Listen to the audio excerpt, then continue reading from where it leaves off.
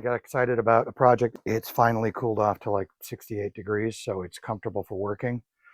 So I have been doing the next stage in the kitchen build, which is to build out a countertop over here.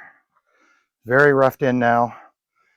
This is what I'm working on right now, is chiseling this away so I can get this support piece to bring it out. So I have something to screw in on this side to stabilize that side of the counter. The countertop is going to come, it's going to marry into here and then come out to here, and then the barbecue grill is going to be built into its own little spot, but that's a project for another day. Today what I'd like to get done is get this stabilized, see if I can get at least the front part and the back support in so I can put that countertop in, so I can start using that. Give you a little idea of the construction of this. I've got pocket holes that I'm using, hopefully to the inside where they're not going to be noticed. Down here, I could have put them on the bottom, but I didn't want that wood exposed to the soil and any water or anything.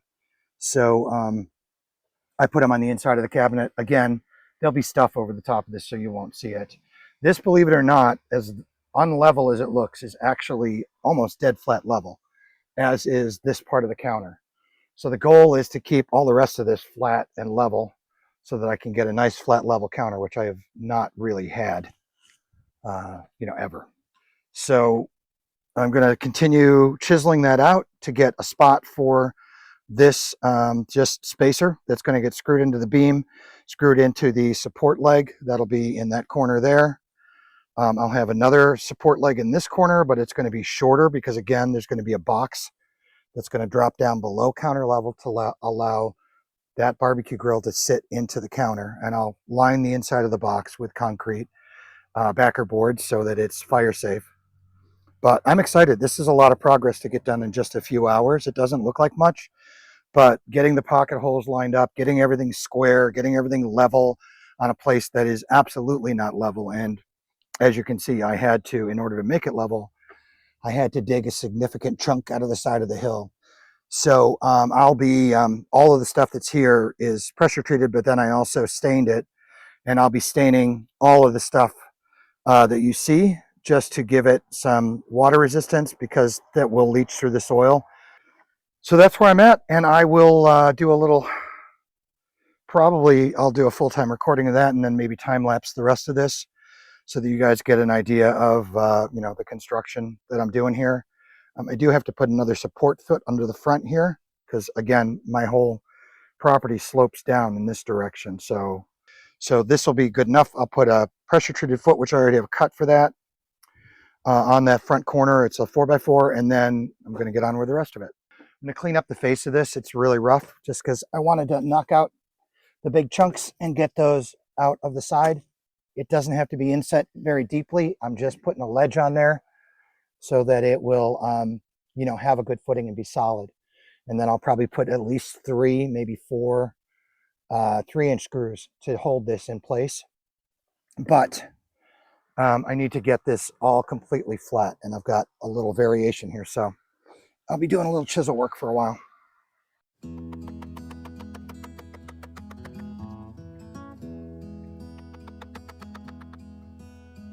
Click the bell icon if you want to be notified when a new video is released. And like and subscribe. It really helps me with the algorithm, which I'm struggling with now. I'm so close to having 500 subscribers. This year has been remarkable from that standpoint, and you guys help me out a lot. Comments really help with engagement, and as I've said before, I like interacting with you guys. It's interesting to see the comments and questions that come in, people's experience doing something similar, or some ideas that they may have for upcoming videos. So let me know in the comments below if there's anything you'd like to see, or if you think there's something I could have done better. I'm making some of this stuff up as I go along.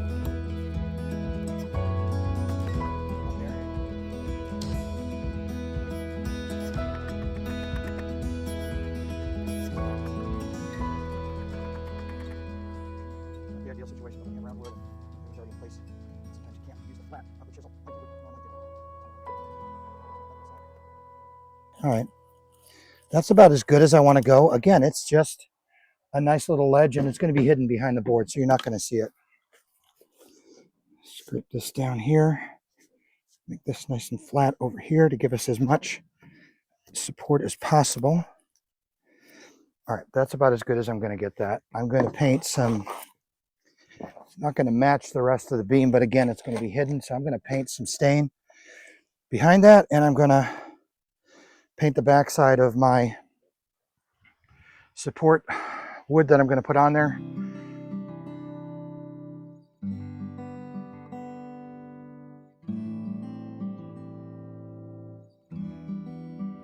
Okay, so I got this. The spacing's not exactly right, but it is close enough.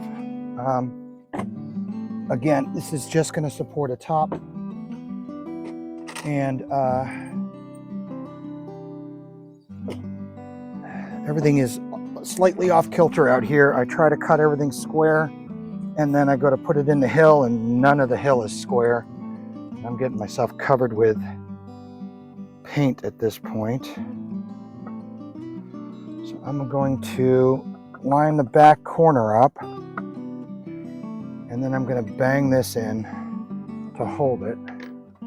Just a single screw here. Make sure that it's vertical and plumb. Out there is plumb.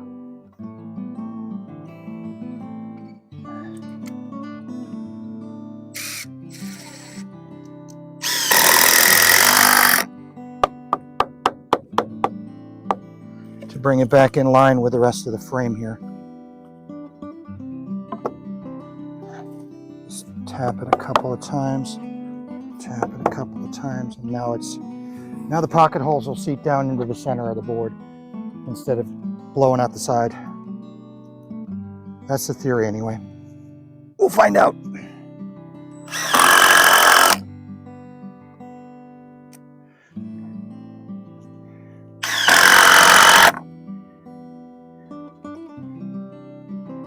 All right, that looks pretty good. I think we're still plumb. Let's take a look. Yeah, we're still plumb. Are we level? We're actually dead on level. That never happens. We'll put 2 more screws in this just to stabilize it.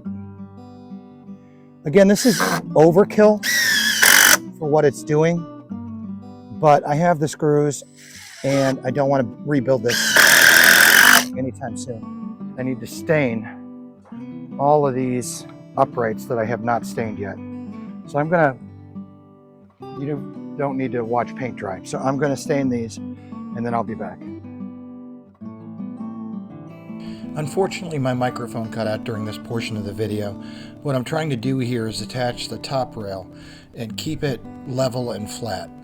So the struggle here is that I can't really reach one end and hold it in the middle properly, and so the wood keeps moving around at me. This is where having another set of hands is helpful. I do eventually come up with a solution, and if you watch my solar tracker install video, you can guess what that is. Occasionally, when you're doing these types of things yourself, you have 2 hands and you need 3 or 4. So I'm going to use a clamp. There's no way for me to, because it's got to go into a corner, so there's no way for me to actually clamp it in place. What I'm going to do is I'm just going to set it as a rest on that end, and that'll allow me to not worry about this one falling down while I'm trying to screw this one in place. By the time I'm done screwing this end in place, then this end will be stabilized and not a worry. So that's what the F-clamp style clamp is for. This is just a cheapo Harbor Freight clamp that I've had forever. You can see I drilled out the little stop at the end so I can actually flip it around and then use it to push things apart rather than hold things together. So I think this was about $4 on sale on one of their parking lot sales, and I've used the heck out of this thing. I need to spend another $8 or $12 and buy 3 more of them. All right, so I'm going to just rest this on that clamp over there, and I'm going to line this end up, get it square and flat. And you see, I don't have to worry about holding that other end because it's held by the clamp.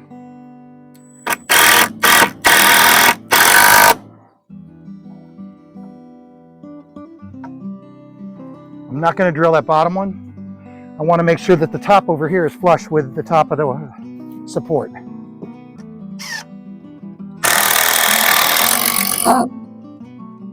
That's nice and flush. Now I can drive this one home.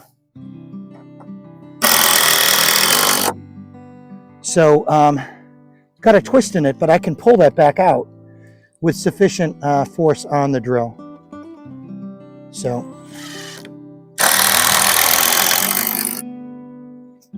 and that is the back brace. All right. So now we have the back brace in. That's wonderful.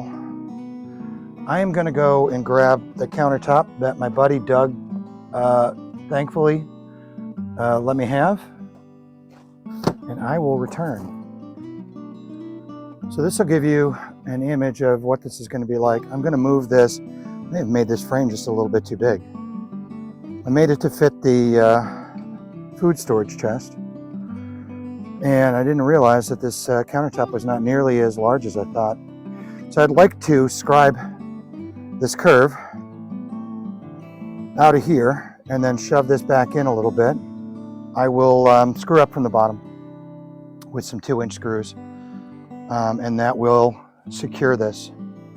And then I need to have 76 centimeters of space over here for the barbecue grill. Let me set you on the countertop for a second. So I need 76 centimeters, which means I'm going to lose, I don't know, maybe 3 inches off the end of this. I'm going to have to cut this flush, but that's a job for another. Actually, maybe not. I may actually gain that 3 inches on the other end. I'm going to wait to cut this until I actually scribe that and get that inset into the counter over there, and then we'll take a look and see how it looks. But the good news is I did my measurements properly. I need to plane this down. So this is still a tiny little bit proud, like maybe 1/8 of an inch. But I did that because I need to plane this down and sand it and then finish this. So by the time that's all done, these should be level with each other. So the next step is to, I think, figure out the bracing for this corner. I'm going to need a piece of wood that size.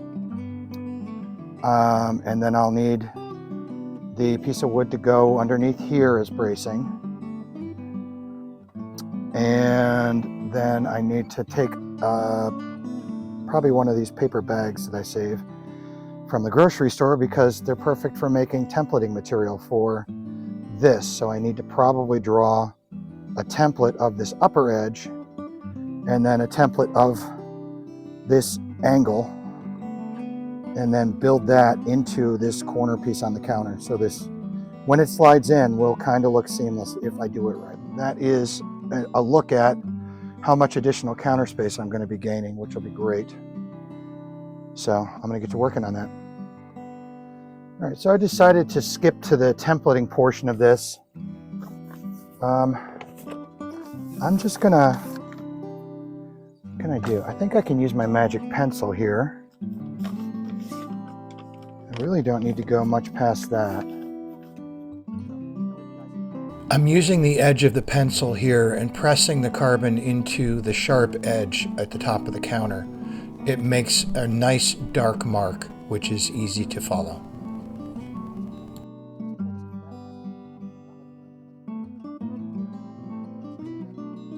Remainder of this. So there's my template. I'm going to use some handy kitchen shears, and I'll cut this out, and then I'll verify that it matches pretty closely with the actual edge of the piece. See if it matches up, and if it doesn't, then I'm going to do my little pencil trick again and see if I can't get a good solid perfect match on that, because that's what I'm going to be cutting my countertop away with, and I want to make sure it's as close as possible. So let's see what that looks like. Okay, so it's pretty good along there. This is not so great. So So I'm going to slide it over because I screwed up a little bit here. There's like a corner there, a hard corner. I'm going to slide that over. This curves all matches up still. And then I'm going to redo this little corner here. So there is a cutback right there, and then it goes back around.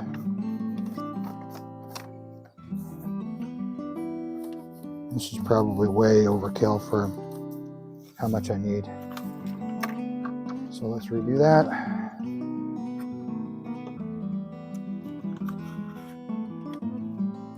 Let's try to err on the side of caution. If you think it's going to be 3 inches, do 4, and then you can always get rid of some. And that is much better. See if you can see that. So that's my template. And that matches pretty well with the actual curves that I need to replicate. So that's what I'm going to use to draw up here. Now what I need to figure out is how far into the counter I want to bring this. And I'm guessing probably want to bring it there so that notch kind of marries up like that.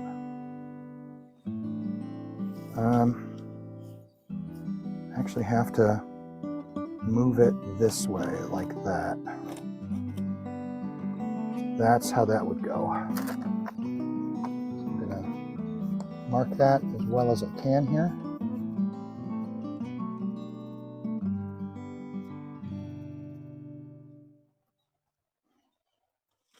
So there's that. And that's not too round. It's pretty flat. I don't think I can do it with a circular saw though. Then I need to figure out what my notch is going to be like here. So I think it's going to be, it's not very heavy of an angle. So I'm going to go with like that. And I think that's going to be pretty good. I can always, they're fairly flat, but I can always chisel it back more if I need to. So that is one step. And then I need to also, as you can see, this mice and the squirrels are hiding things underneath my stove. That's wonderful. I need to also do a cross brace piece under here. So I'm going to get that done first. That'll give me additional support here. I'm going to take this down before it falls down and gets damaged. And then I'll come back after I get the cross brace in and after I make an attempt to cut this out, and I'll show you the finishing project on that. Once again, I lost Bluetooth connection with my microphone, so the vocals are gone here. But what I basically did was cut the bracing, got the brace in place. That's going to give me some additional support on the end of the counter. Then I used a jigsaw to rough cut the traced out piece that I needed to slide the counter into. I'll later come back to refine this shape using a 40 grit sandpaper flap wheel on a hand grinder.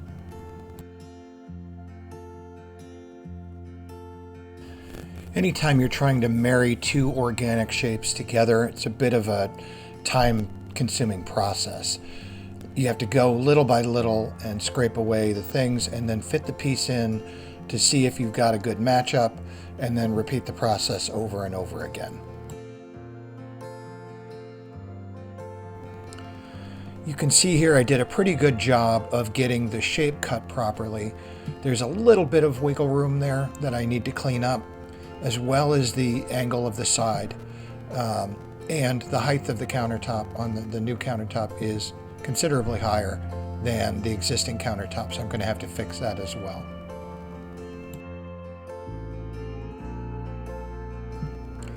After a little more cleanup with the Japanese pull saw and the chisel, I'm now getting a little bit cleaner connection. I think the angle's better here, but I'm still a little bit proud of the existing counter surface. Now that counter surface is going to need to get cleaned up, and I'll be doing that in the next video. But these hand tools allowed me to pare down that edge of the counter and get a little bit cleaner connection to the new countertop that'll be going in.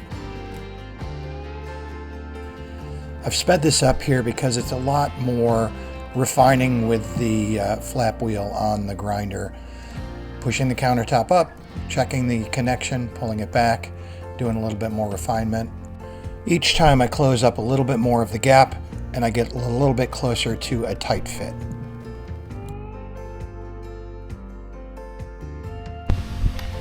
But for now, that's good enough. It's scribed in there pretty tight.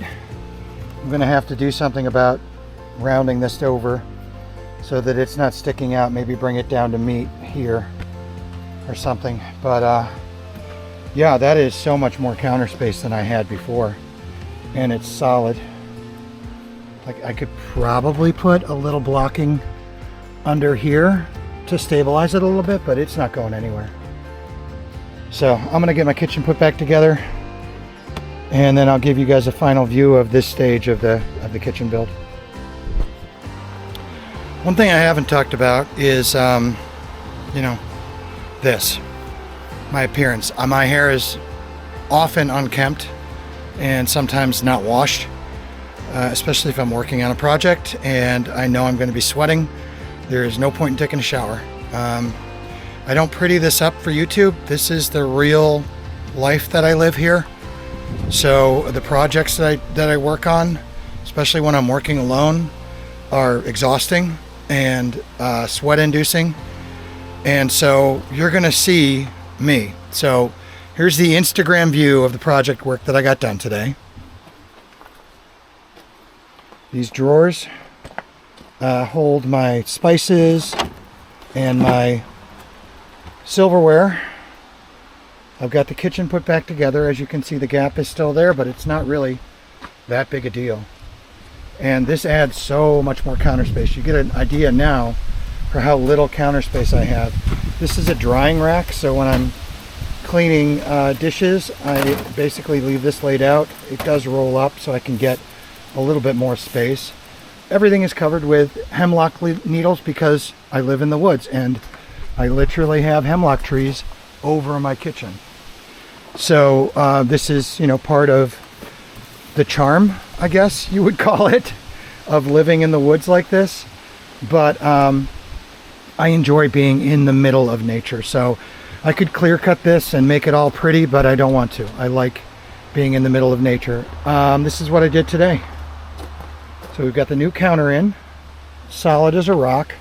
It's wiggling there because it's basically just the fourth leg isn't on. Once that's on and the rest of the bracing on it, that'll be stabilized. But this is well sturdy enough to actually work on. I've got my dry storage box back, and there's plenty of room underneath, as you can see, to open it up and access what I need to access in here. Actually, I can open it almost completely up.